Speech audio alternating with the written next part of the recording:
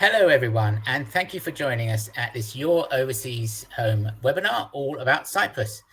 My name is Christopher Nye, and I will be hosting the session. And today I am going to be discussing and introducing you to the golden three experts you need to help you buy safely in Cyprus. It's great to have you with us all today, whether you're either here live or catching up on demand. And we're delighted to be able to help you with your dream. I'm no doubt long cherished of owning a property in Cyprus. Now, today's session, we've got about 45 minutes. And for those of you listening live, there's an opportunity to ask your questions. So do please type them into the query box at the side.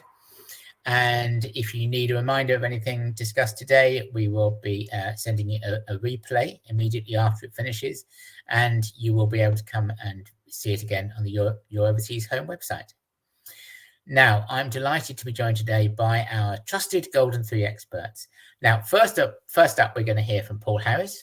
Paul Harris from Smart Currency Exchange, who are the sponsors of today's webinar. Paul has been working in the foreign exchange business for some 8 years, and Smart are based in the UK, but they've been working in Cyprus and helping people in Cyprus for, well, coming up for 20 years now, I believe. After that, we'll be hearing from Sarah Hordle from Island Homes. Sarah moved to Cyprus from the UK with her husband and young son in 2007. After working in corporate banking as a director of an international IT company. She's passionate about Island Homes, and she's got a top-class team of people working with her in the company. And lastly, but certainly not leastly, Eleni Philippou from Polycarpos Philippou. Eleni is the partner in charge of the Property, Immigration and Wills Department. She handles or supervises about 80 to 100 property transactions yearly, covering immigration matters and probate too. And Eleni is a certified member of the Society of Trust and Estate Practitioners. And moreover, Eleni is in Paphos and Sarah is way over on the other side of the island. So we've definitely got all of Cyprus covered today. So that's enough from me. I'm going to ask Paul to introduce Smart Currency Exchange and tell us a little bit about payments and currency. Great, thanks, Chris. And good afternoon, everyone. Good evening, everyone. So yeah, as Chris rightly said, we've been running as a business for around just under 20 years now, and we're a foreign exchange specialist.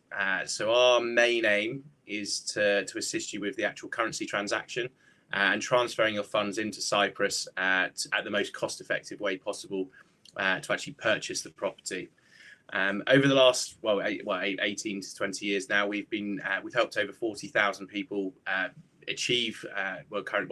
assist them with currency transactions, and the vast majority of those have been property related as well. And that's really where we see our specialism in the currency market, but also internally as well within the business, as we've helped such a vast amount of people help and achieve and buy properties internationally. So our main aim, as I said, is to move the currency as cost effective as possible, but also to remove the risk and uncertainty that's associated with currency transactions. Obviously, it's large sums of money that you'll be looking to move, so we take a lot of the stress out of that for you and really hold your hand through the process and, as I said, make it as cost effective as we possibly can.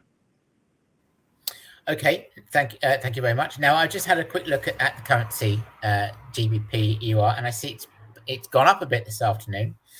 But I guess the risk is, I think fantastic, 120, and then I come to buy and something's happened and the rate's gone down. So what can we do about that? How do you protect me from that volatility in the market? Yeah, absolutely. Yeah, I mean, we have had a couple of times over the last couple of weeks where we've hit that 120 mark. It doesn't tend to stay there very long. It does tend to fluctuate up and down in and out of that range. But yeah, we've got a few options for you. A couple of really popular products first. So there are different types of contracts. So it's either spot contract or a forward contract. So if you're looking to do a transfer quickly and the exchange rate is exactly where you want it to be, we can book a transfer for you today. fix that exchange rate, you send the money straight to us, and we get the money straight out to Cyprus. We can get the funds into Cyprus either the same or next working day, so you've got the exchange rate you wanted there. But the most popular product we've got for property buyers is our forward contract. So typically there'll be, if you've actually agreed a price on a property, you won't need to transfer the funds immediately. There'll be paperwork to fill out. You'll have to go through the legal side of things. There'll be lots of things that you'll need to do in the meantime. So if you have the scenario where you have just agreed on the price, that price obviously is going to be in euros, and that price will be fixed in euros for the property price. But what will change over the time between when you actually agree the price and complete is how much that's going to cost you. Say you're in the UK, it's going to cost you differing amounts based on the exchange rate. So a forward contract takes all that risk and uncertainty away from you. So you've agreed the price in euros, and then what we can do at any given point is book a forward price. So say, for example, the price is right for you today, and it's going to cost you you're comfortable with how much it's going to cost. We can fix today's exchange rate, and then that rate is held for the period of time that we've agreed with you. So you'll have your price in euros, and you'll then have your price in pound sterling. So it's one thing, it just takes all the risk away, and it's one thing you don't have to worry about. It works slightly differently. We don't need all the money straight away. We take between a 5 and 10% deposit. That just holds the rate and secures it for you. And then on the completion date, we take the remaining balance. So it's a really popular product because, like I said, you've got a lot of other things to sort out, the legal side, the paperwork, and you don't need to worry then about how much it's going to cost you for the actual property purchase because you've fixed that exchange rate. You don't need to then be looking at the exchange rates all the time, going on and driving yourself crazy looking at the market. You fixed in and you know how much things are costing you. Two other options for you if you're not quite happy with the exchange rate, or you were looking to try and gamble and aim a little bit higher. We do have two options which are both orders. So an order to call and an order to buy. So as Christy rightly said, we've hit the 120 mark today, but you actually want to aim at slightly higher rate. We can target those rates for you. So we can do what's even called an order to call. So when that rate is achievable, we'll call you and have the conversation. The rate's now achievable. Do you want to book? Or an order to buy, where you would we would hold the funds for you, and then as soon as the rate is available, we would then trigger the contract, and the funds are sent out for you at that point as well. The most important thing to remember with the orders, it's great that we can target these exchange rates, but we can't guarantee them. We could be looking at an exchange rate, let's say 122, 123. We might not get there, so that again comes with a little bit of risk. So the longer you wait, the rates may be going against you, so actually it may end up costing you more than booking and fixing the forward contracts in the first place. But it does give you more flexibility. So most popular is the forward contract because again it takes the risk away, but you do have options. There's not only one product that we can offer. Okay, two quick questions coming to me from that. Firstly, what happens if the sale falls through after I've taken out the forward contract? Okay, it does happen. Sometimes people change their mind. Sometimes it falls through on the seller side, or the property's not quite right for you and you find a different one. We can be really flexible with you. So if you have got a contract booked in, and you're still and something happens, you're still looking to actually physically buy, we can extend contracts. We can roll contracts forward. That's totally fine. If you do need to completely cancel, we can obviously facilitate that for you as well. If there are any potential losses on the contract, we would let you know. We'd make you aware of what that cost might be. That would come out of the deposit if applicable. We'd always try and make sure that there weren't any losses on there. So again, we could potentially wait before cancelling, but again, obviously that does come with risk if the markets move against again. But yeah, we can be totally flexible. If you're still in the market looking for a property, then yeah, we can extend and roll contracts. That's no problem at all.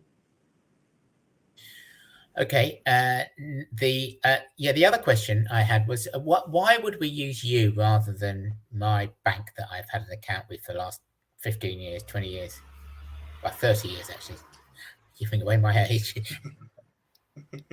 Well, it's a great question. I mean, it's a question we get asked a lot. It's a question I've been asked a lot over the years I've been in the industry. But I think there's a few key reasons why you would use us over the bank. First of all, the service you get from the bank might be great. You might walk into the bank and you might speak to someone that's really friendly and helps you out, but they might not have any experience in the actual exchange rates. They might not have any understanding of how the markets are working, and they're essentially just going to be looking at a price on a screen that the computer's telling them to quote. With us, we can give you the guidance on how the market's doing. Is it a good time to be looking to transfer? And really give you that sort of guidance and assistance with actual understanding the exchange rates and understanding the costs a little bit better. I think most importantly, aside from the extra service that we'll offer, it's going to be more cost effective and cheaper to use ourselves. We will the actual fees to do it are non-existent with us, and the cost in the exchange rate is going to be better with us as well. Great. Okay. Well, I'm sure we'll have some questions coming back to you, Paul, in a bit later. But Sarah, let's bring you in now. There's no doubt who you work for. I can see that. But tell us about Island Homes, and a bit about your area and where you operate.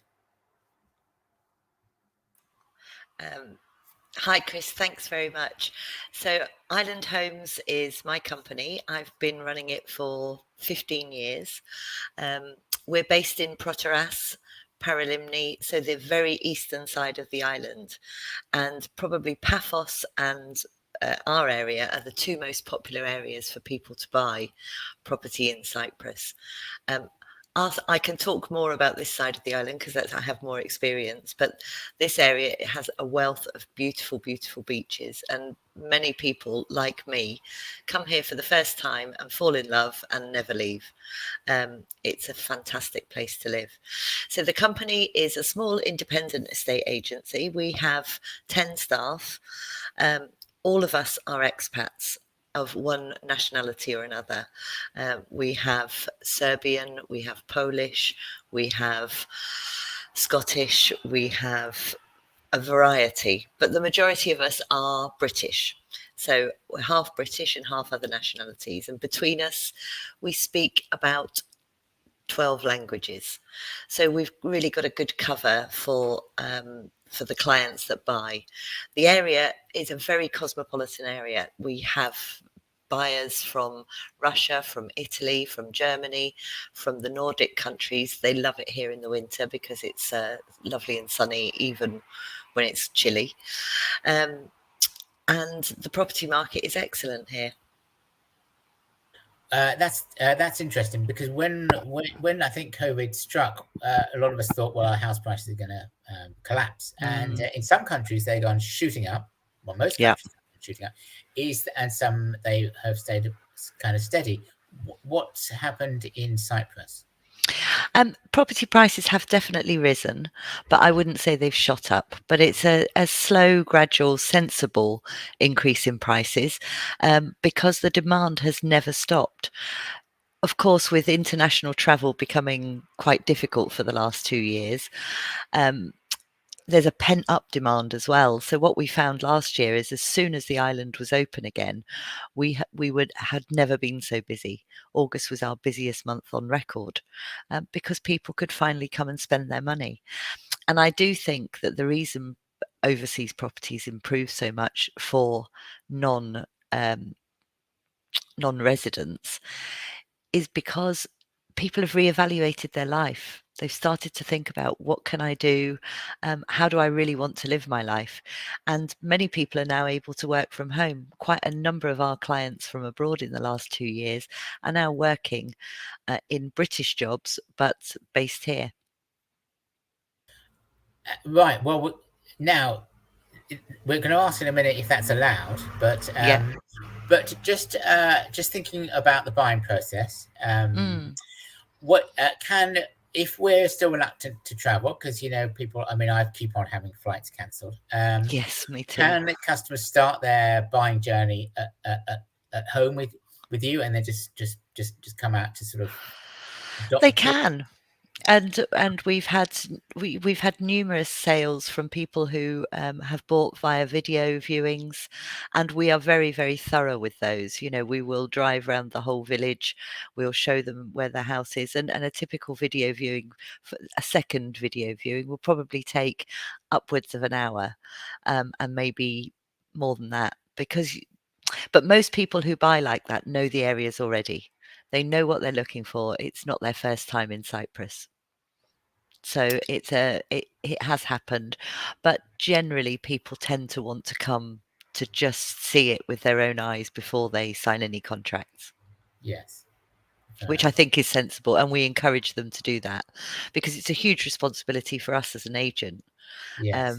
to sell something by a phone video, and then something goes wrong. So we'd always encourage them to come, but some people are very happy not to. Okay. Now, looking at different kind of budgets, Mm. what can one buy? What would you say is a minimum sort of starting budget for an apartment, and what is a minimum sort of starting budget for a villa?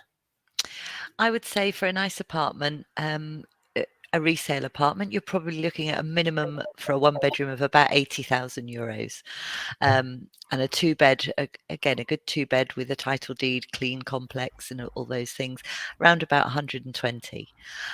So, around about £100,000 for a really nice apartment that is probably, is certainly able to be rented as well if you want a little bit of income to cover your costs. For a 3-bedroom villa with a pool, if you're a little bit inland, say 8 to 10 minute drive from the beach, €250,000 will get you a corker of a property Oh wow. in Okay. this area. Yeah, 3-bedroom villa with a pool, brand new. Now, of course, the residency, and if you want to stay more than 180 days, you need to spend a little bit more than that. You need to spend 300,000 plus VAT, which if it's your first home, so €315,000, which is not far off £250,000, Right. will get you permanent residency also on the island. Okay.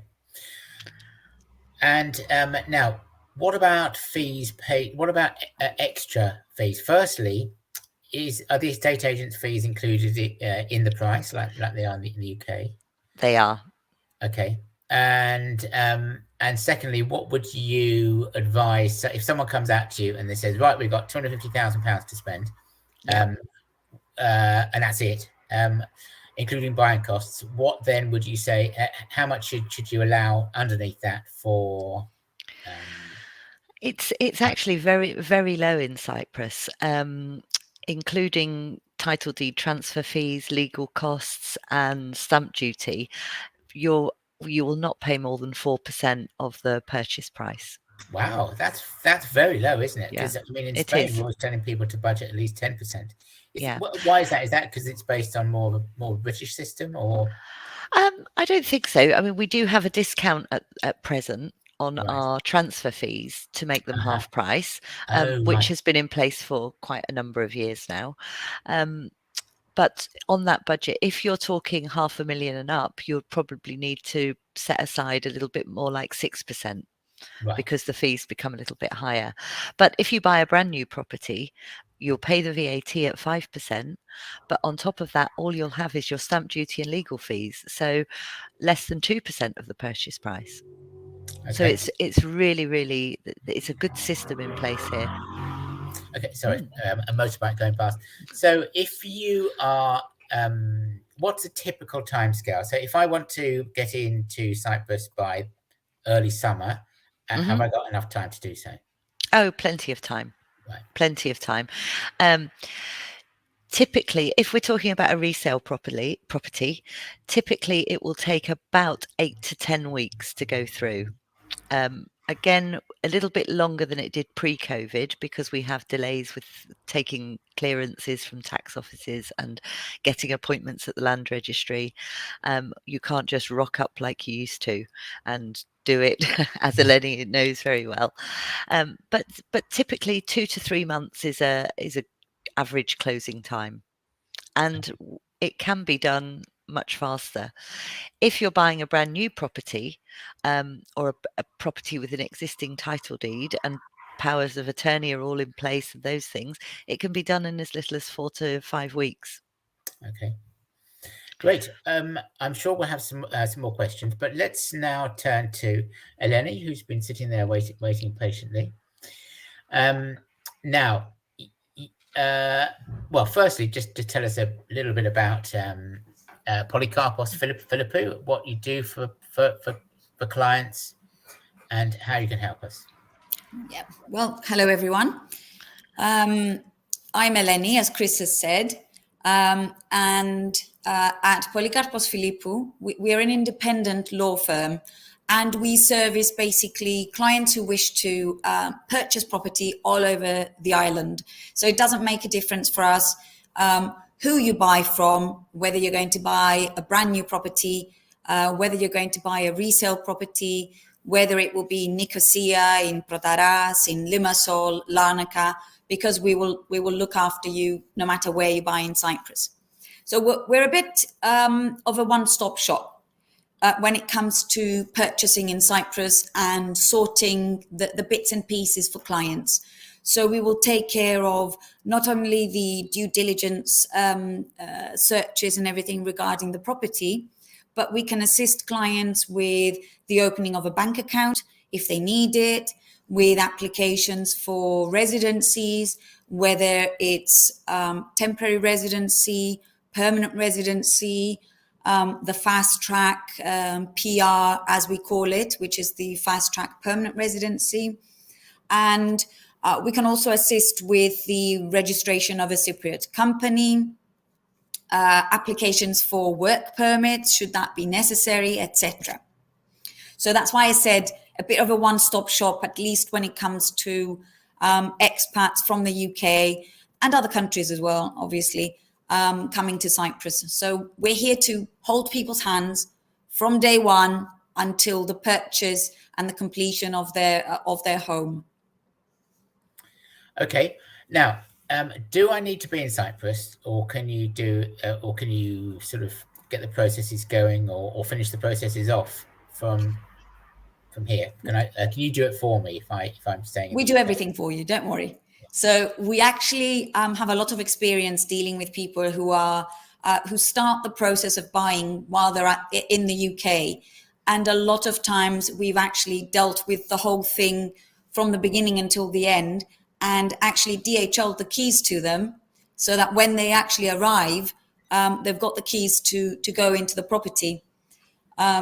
At other times, clients decide they want to come out when the property is either ready to be delivered, if it's a brand new property and the developer's actually completed the construction, or at other times, they arrive right before the completion, if it's a property that has an existing title deed. So they're here for the end of the process, let's say, so that they can actually take the keys and sort out, furniture and the nice things. Okay. So we deal with the nitty-gritty so that people can have a very, very easy transaction, as smooth as possible. Okay. Now, I guess the first question that a lot of people are asking is, well, can I live in Cyprus? Can I just stay there for a certain length of time? So can you just run through the sort of the 90 days thing? Well, it's actually quite easy because, first of all, I know I remind everyone all the time that we used to be a colony, and we actually joined the EU in 2008, which means that we worked in this market before we were in the EU. So it was a very similar situation here as it is now with Brexit. So we've been through this before. So it's easy for British passport holders to come to Cyprus. So most people will know, there is no necessity for a visa. So when you come to Cyprus, you then get 90 days for every 180 days. So it's 90 days every 6 months, basically. So you come over, you can stay here for 90 days, and before your 90 days expire, you can decide what you want to do. Either you leave the island, or you apply to get a temporary residence permit, which will allow you to stay for longer. The thing about the temporary residence permit, however, this is something that I just need to stress, is that the system is actually quite clogged up at the moment because of Brexit and because of the high demand for appointments. So we need to know well in advance. So somebody can't just leave it last minute and expect to to get squeezed into an appointment with the immigration authorities. As Sarah said before, with the pandemic and everything, it's become a bit more difficult, let's say, to get appointments with the different departments and different government services. So it takes a little bit of prior organization, let's say. So please don't leave it last minute. So the first thing is a temporary residence permit. That's usually given for about 12 months. If somebody wants something more permanent, there are different categories of permanent residency. And I mentioned previously that there is a fast track route to permanent residency in Cyprus. And this is what Sarah also mentioned previously. It's connected to the actual purchase of a brand new property for 300,000 plus VAT. So if you buy a brand new property for 300,000 or more, then you may be eligible to apply for the fast track permanent residency. That is granted within approximately 3 to 4 months from the date of application, and it covers the applicant, the spouse, any underage children, including any children who might be at university, still in full-time education. It covers the parents, and it covers the parents-in-law as well, for those really, really daring couples who want to bring the whole family with them. Now, there is also the old permanent residency under what we call the category F, which is a slow track. It takes approximately 18 to 24 months for it to be examined. And you can buy any sort of property with that. So there is no real value, as in there's no minimum value, and it doesn't have to be brand new. It can be a resale property. It can be, a small apartment, a big house, makes no difference. Okay, fantastic. Thanks very much. Now we're going to, we've had a question about whether, from Andrew, who's asked, is it normal to have a survey carried out on a property before you purchase? Now, I absolutely recommend it. Obviously, surveys are not obligatory in Cyprus, so it's a choice. At least as a firm, we always ask the client whether he would like a survey done and whether he would like us to connect him or her with a surveyor. So we like to do things the same way as you would expect in the UK. So we work with a few surveyors who will produce reports like you would expect in the UK. They would be looking at things like structural issues, humidity issues, and other sort of repairs that might need to be done, and also providing us with an indication of the likely cost of these repairs. Now, as you can possibly appreciate, surveys are usually done right at the beginning of the transaction. And then, depending on the outcome of the survey, we may actually need to invite the estate agent and share the findings of the surveyor. And then we may need to enter into some negotiation with the seller as to either the seller to do the repairs or the seller to discount the purchase price to allow the buyer to actually take care of the repairs himself. When it comes to fairly new properties, there may not be an actual need for a survey to be done unless you have obvious signs like cracks or damp issues and things that you can see. However, any property that is, I would say, older than 7-8 years, especially if it's a house, I would say yes, absolutely. It's a cost worth incurring. Well, what is that? What roughly would that cost be, would you say? Well, I think it relates to the actual size of the property in question. Okay. So the first thing we do is obtain a quote from the surveyor. And then in order for the surveyor to actually give us the quote, we have to give him the details like the plans of the house. And as I understand, it really does relate to whether you're dealing with an apartment or a big villa. So the size of the property matters as to the cost of the actual survey. Okay, sure. Now, either of you, Sarah or Ernie, Well, let's bring Sarah back in. Title deeds. Could you briefly explain? I know people think, "Oh yeah, totally," and no one really knows what the thing is. Could you just explain this? And is it still a problem? Eleni, from a legal standpoint, it's better that you comment. Okay. Yeah. Okay. So, everybody who's looking to buy in Cyprus has read about title deeds and, oh my God, don't buy in Cyprus if it hasn't got a title deed and all of that. Okay. So the first thing that I need to say is it doesn't necessarily mean that if a property hasn't got a title deed yet, that it's necessarily bad and stay away from it. Okay. That's why we're here. We're here to do all the due diligence searches and to come up with a report to say that, is your investment going to be safe? So, title deeds. Sometimes when you're buying something which is brand new and off plan, the title deed for that property will be in the pipeline and it will be issued 2 to 3 or even 5 years later. That doesn't necessarily mean that you're never going to get your title deed, because there are things that we can do to ensure that the house gets finished and that you have protection until your title deed actually gets issued. There are certain properties, let's say, who may be on the market, they're resale properties, they are 15 years old, and they tell you that the title deed's not yet available for it, or the title deed is available, but it's not in the name of the seller. Again, it's nothing to be afraid of. What needs to be done is the due diligence searches to see, is the title deed actually there? Is it available? Can it be immediately transferred onto the buyer? It's possible that the seller purchased the property off plan, and then when the title deed was available, he didn't want to spend the money for the transfer fees to the land registry to get the deed. So he sort of thought, okay, leave it till later. And then if he can sell it without spending the money to pay for the deed, then it's a little bit that he's actually saved.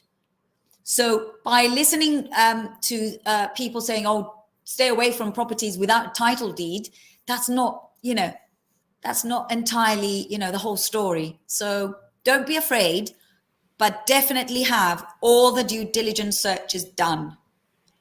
Definitely. Yeah, I would second that. We sell an awful lot of properties that don't have a title deed, and some of them are really not in a good state legally. But if the client knows the state that the property is in, usually they're buying it at a vastly discounted price in those cases. Am I right, Eleni?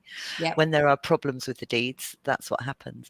But Cyprus has done so much to clean up its act and to issue the title deeds. I think our backlog is down to around about 6,000 properties as of the end of last year. And a lot of it is just manpower getting the reports done to get those title deeds issued.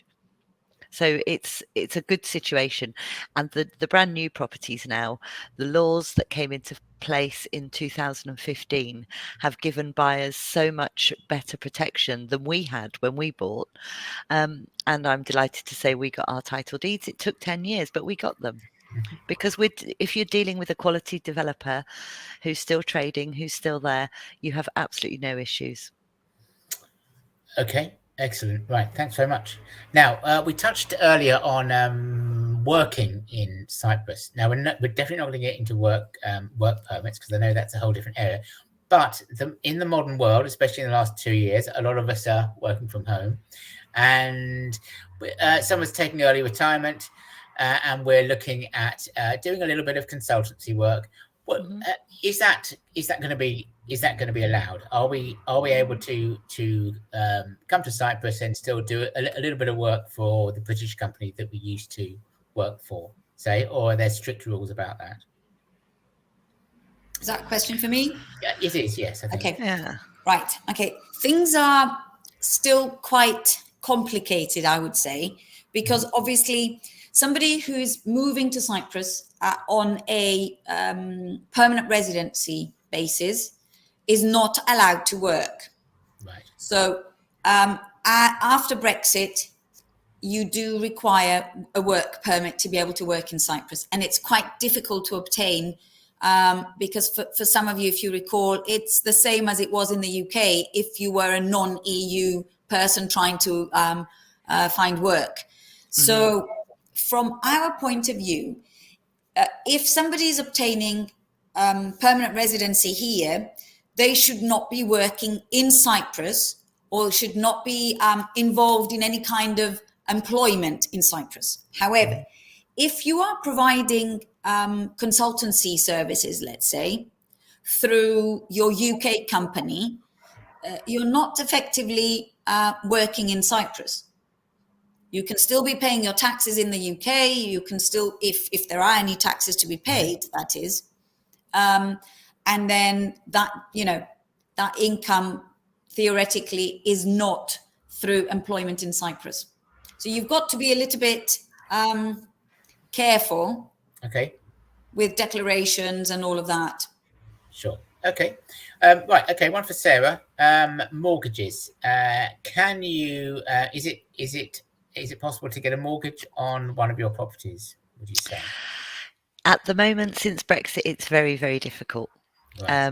And it's not encouraged by the banks here at present, due to experiences of 10, 12, 15 years ago, where there was a huge boom in Cyprus property and the banks were lending willy-nilly.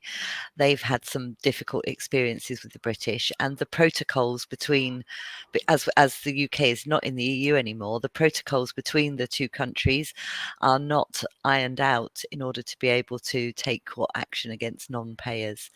So there are banks that are willing to lend, but it's not a mainstream product. Okay.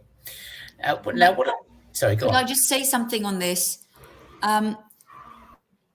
It appears that because we've had a lot of clients that throughout this period they've applied for mortgages to finance purchases here, and mortgages are given. However, banks here, well, obviously it's going to take at least 4 months for the whole process and the collection of documents. And banks here, like Sarah said, are very, very careful these days about how they're lending, who they're lending to. And obviously the other key element is the actual value of the property that that the client wishes to buy. So if potentially a client is buying a property which is overvalued, and then when the bank actually, because the bank will take the lowest value possible because it's the forced sale value. So then they might turn around and say, well, I'm sorry, we can't lend you the amount you're asking for because we don't estimate that this property is, valued X, Y, or Z. So yes, there are delays, they are lending, but, expect delays and expect not an easy ride, let's just say.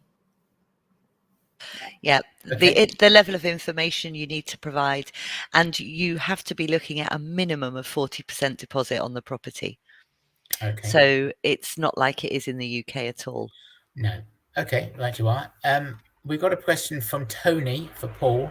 What commission do we pay? Is it a percentage or a fixed charge, or how does that work?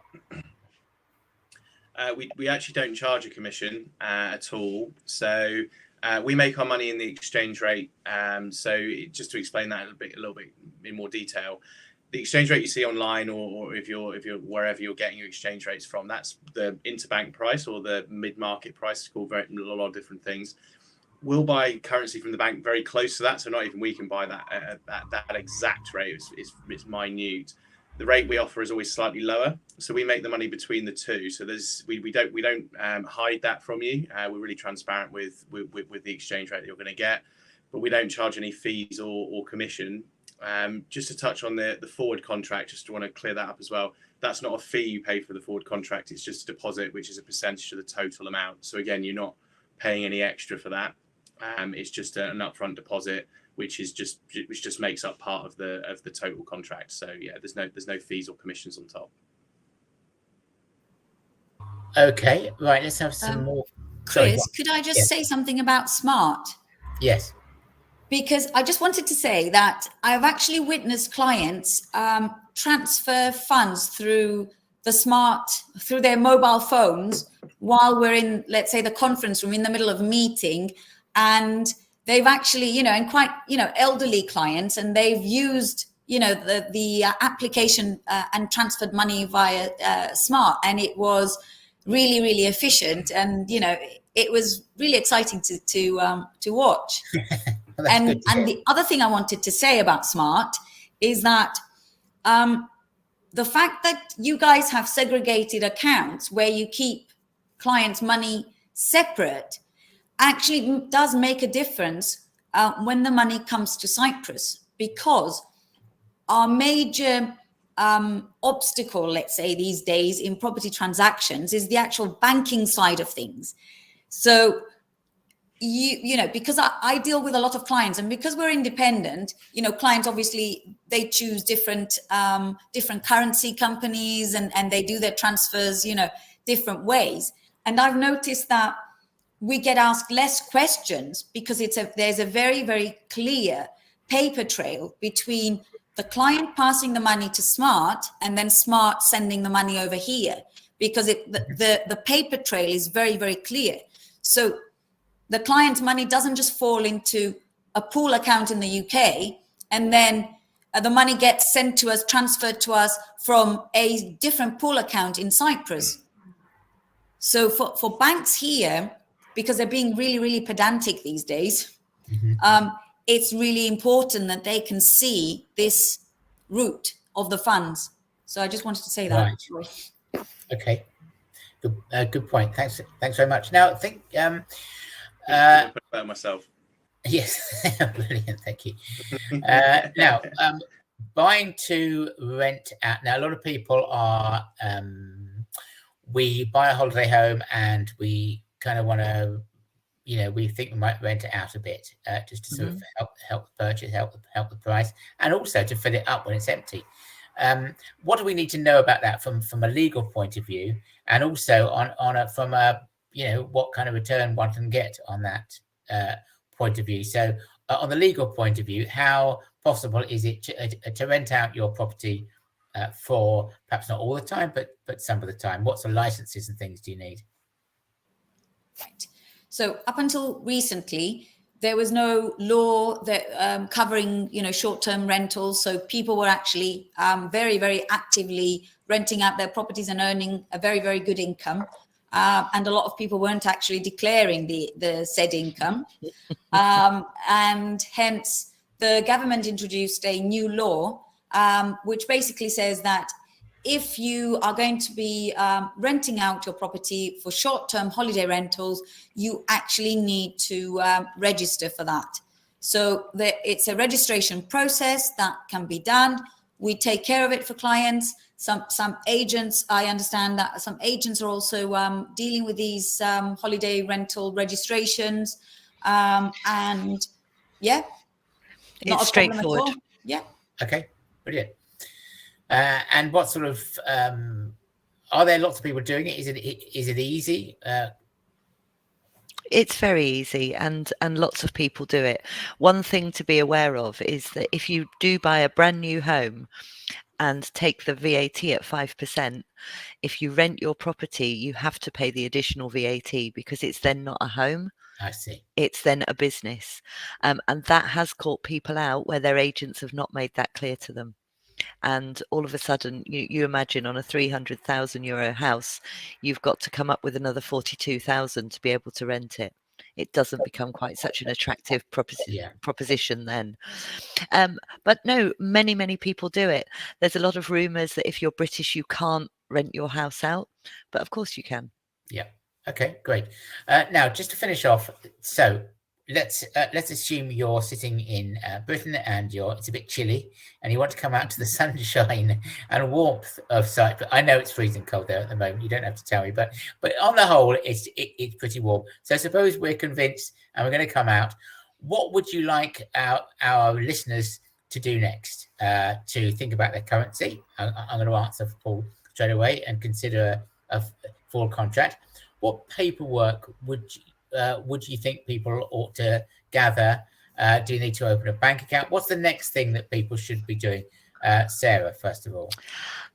Actually, the first thing they should be doing is coming and finding the area that they want to be in, and then they should find the property.